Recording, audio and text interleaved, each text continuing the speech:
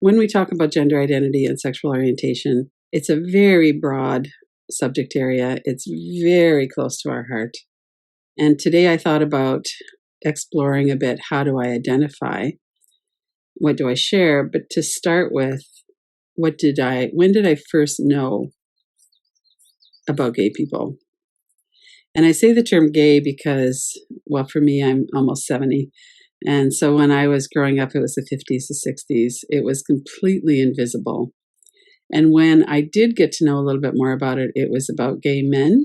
And I didn't really have the context of lesbians for a few years later after that. Let's stop here and just look at some of these pictures. Liberace. I remember going to a concert of his with my in-laws, and there was never any mention about him being gay. I'm sure nobody ever even had those words for it. He was just this flamboyant performer. The Village People, if you were around gay bars, especially in the 80s, but even they were very mainstream.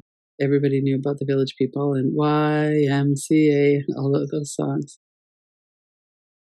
When we think about gay men now, and we think about pride marches in particular, and this also holds true for many other people, not just gay men, but they really brought the leather culture, BDSM, bondage, sadomasochism, leather, fetish, all of that world to the forefront. And that's often too what we see in a pride parade, for instance. And one of the things that's really powerful is for us to have the freedom to express who we are, however that is. As long as it's consensual, I don't have any problem with it, and it's not something that appeals to me. And I completely support people's decisions and how they express themselves and how they want to express themselves sexually in particular. When we think about the AIDS movement, that was a really big part of people in the general public getting to know about gay people.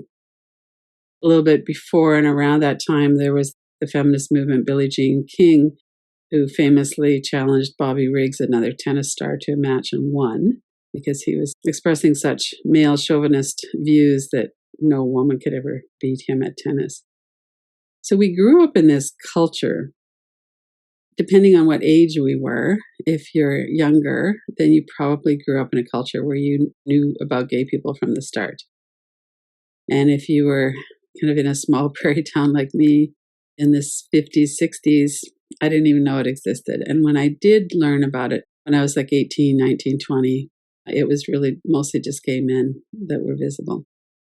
And there's been kind of a using of the lesbian experience for the pleasure of men who often would say things like, oh man, if I could have two women together, or trying to kind of insert themselves into the lesbian experience. And I didn't even put anything on here about church and how it's so difficult for us to express ourselves and to come to accept and love ourselves when something as influential as the church is saying that it's wrong and we're going to go to hell. That wasn't my experience. My mother was very anti-religious, which worked well for me in this case. I didn't get a lot of indoctrination into this. Just to acknowledge that that's a very serious obstacle to self-acceptance and acceptance in the community for many, many people. Let's take a moment to reflect on that. What did you know about gay people? And when did you know? And now that would include people who are transgender. It includes a lot more than gay men now. How old were you when you first started learning about that? What impact did that have on you?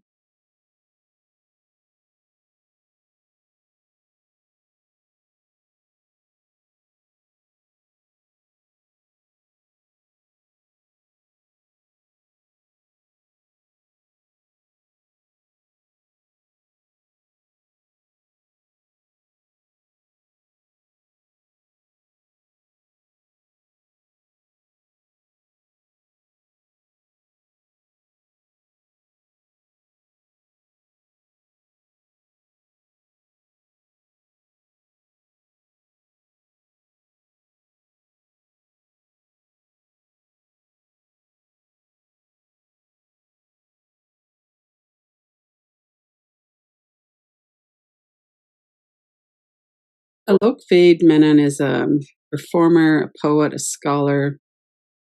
Many of us are familiar with them. They're so clear about gender and gender identity. And as a trans person, they're really clear that our struggle for human rights and for the rights of women to be seen as people who are capable of deciding and controlling our own bodies is all part of the same struggle. As a transgender person, as a woman, as a feminist, that we all have the same conditions around our freedom being controlled. We're sitting here a day after Roe versus Wade was overturned, and the rights of women to control our bodies in the United States, women meaning not just heterosexual women who are born with the same identity, gender identity as they were assigned at birth, also includes many trans people, that those rights are being challenged. And so part of this looking into this is what's happening in our own life. How can we support freedom for everybody? And how can we work with that in our own life as well? So gender being a set of socially constructed roles, it differs from culture to culture. There are many subcultures where it's completely accepted now, and many countries still where it's subject to the death penalty, and everything in between. Gender expression is how we present to others. So it's mannerisms, appearance, clothing. This may or may not reflect how we feel inside. Everybody has a gender expression. So you could check in with yourself. Do you generally present female, male, somewhere in the middle, androgynous?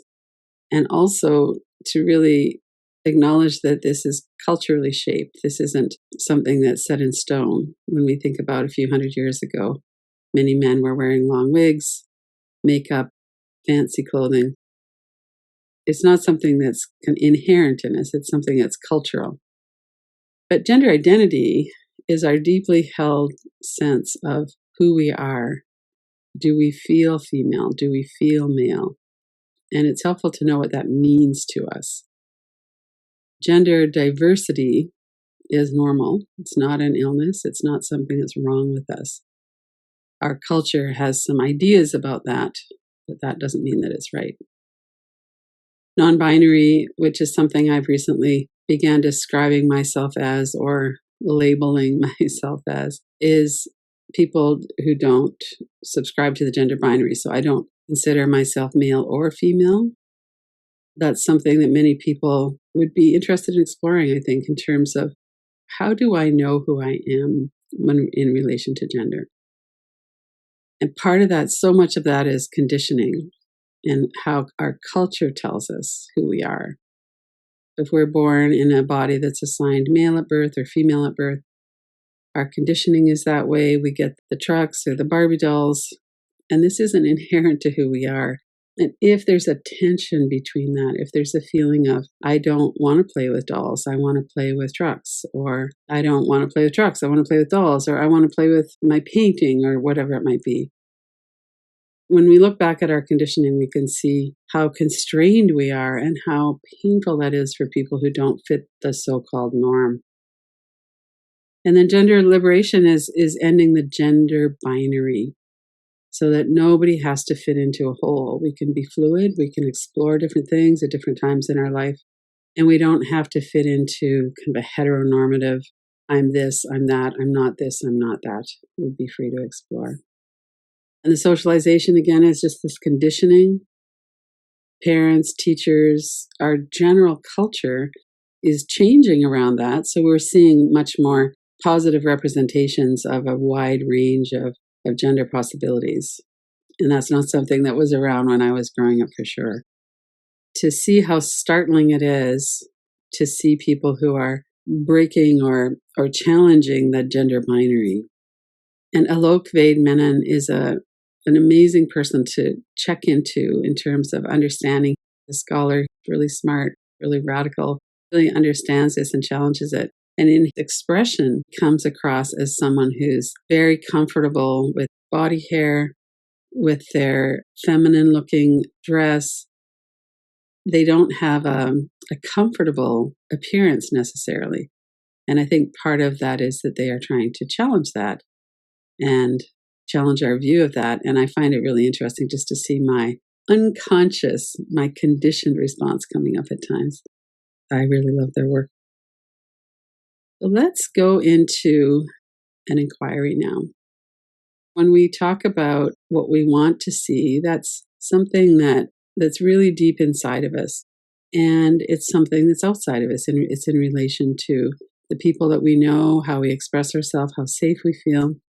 One of the quotes from Alok is, "What part of you did you have to destroy in order to survive in this world?"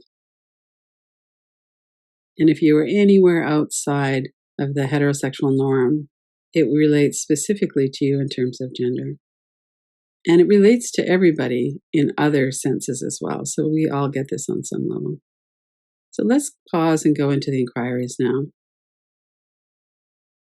Take a few deep breaths, let the screen kind of clear, and notice what's happening in your body. Notice the energy, the sensation. And in reverse inquiries, we're saying something that's not completely true. And then we're seeing if there's anything that's unconscious. It might be a tightening in our body, we might hold our breath, there might be some kind of a no. Notice what your experience is as we're going through these. Relating to gender, I feel at home in my body.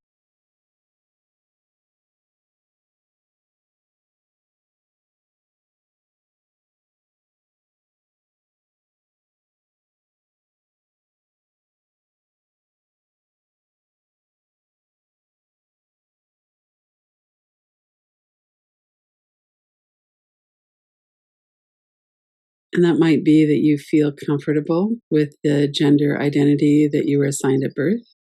If you're in a body that was assigned male at birth and you feel like a man, or if you're in a body that was assigned female at birth and you feel female, you feel like a woman, notice what your experience is. There could be some kind of subtle response to that, or it could be a no, I don't feel at home in my body. I've never felt like what society has said I am. So we have that history, and maybe that's still present moment history. Maybe it's not. Maybe it's something that you've really resolved. You do feel at home now. Let's take a few minutes to sit with that. I feel at home in my body.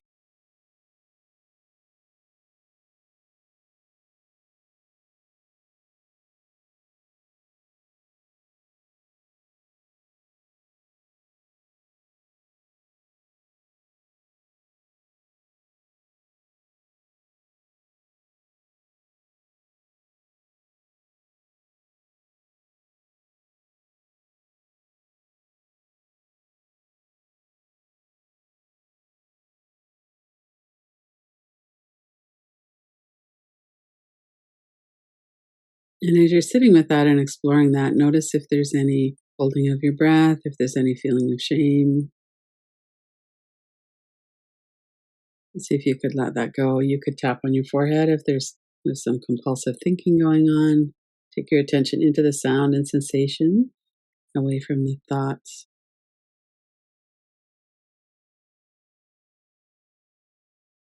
Remember to breathe, relax your body. Another way of approaching this is I don't have to hold myself back around people. I can express myself freely. I can fully share who I am. What comes up for you when you think about that? Maybe there's some specific people.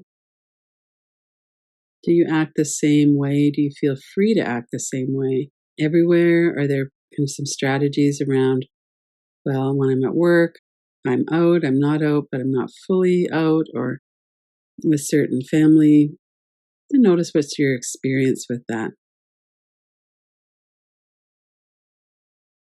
And again, everybody has that experience of managing how we are with people, but specifically relating to gender, sexual orientation. What comes up around that?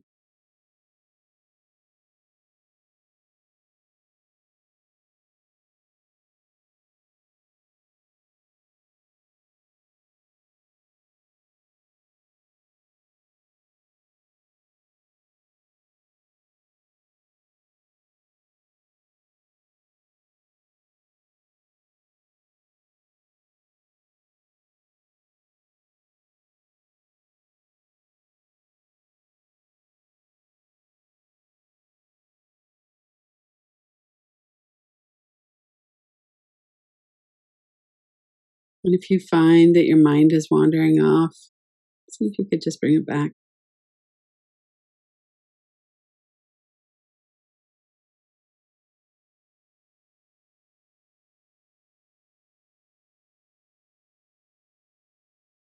And whatever your experience is, see if you can bring kindness and compassion to yourself.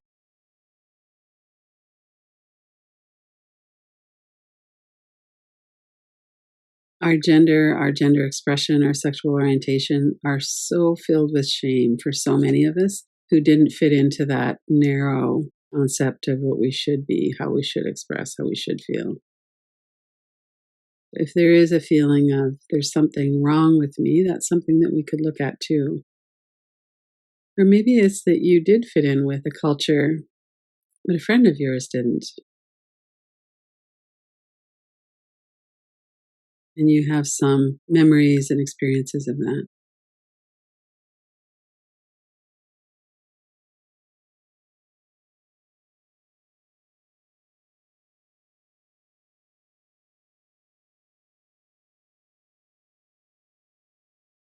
If you were somebody, if you are someone who didn't fit in with that narrow definition of who we should be and how we should express, it's really important not to shame ourselves for how we lived through that.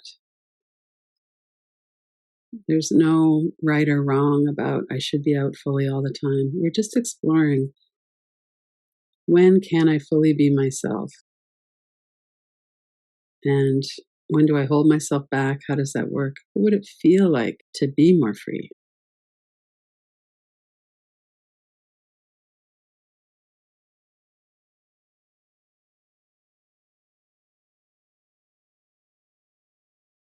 And if you're someone who grew up in a time when all of these non binary, queer, gender non conforming terms were not a thing, it doesn't mean that we can't explore them now. If you really looked into this, what might you come to in terms of how you describe your experience with gender?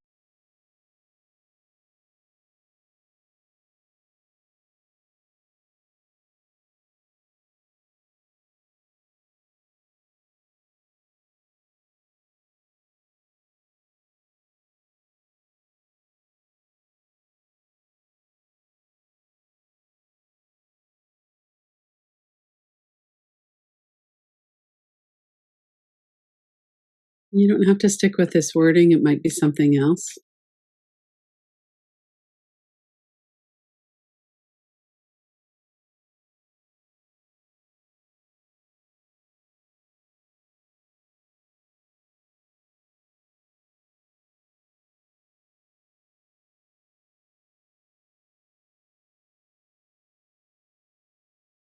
And then for the next minute or so, we're going to come out of the inquiry. Before we do, let's take a moment to situate ourselves in the world that we live in right now in terms of gender. How do you see yourself in that conditioning and the freedom from conditioning, perhaps? How do you see your next, several weeks, months, years in terms of activism around this? And activism could be a range of things, from being honest with family or friends to writing letters, to be on marches. It could be a number of things. But how do you see yourself as part of this large struggle for human rights around gender identity and control of our bodies and control personal freedom around expression? How does this relate to you?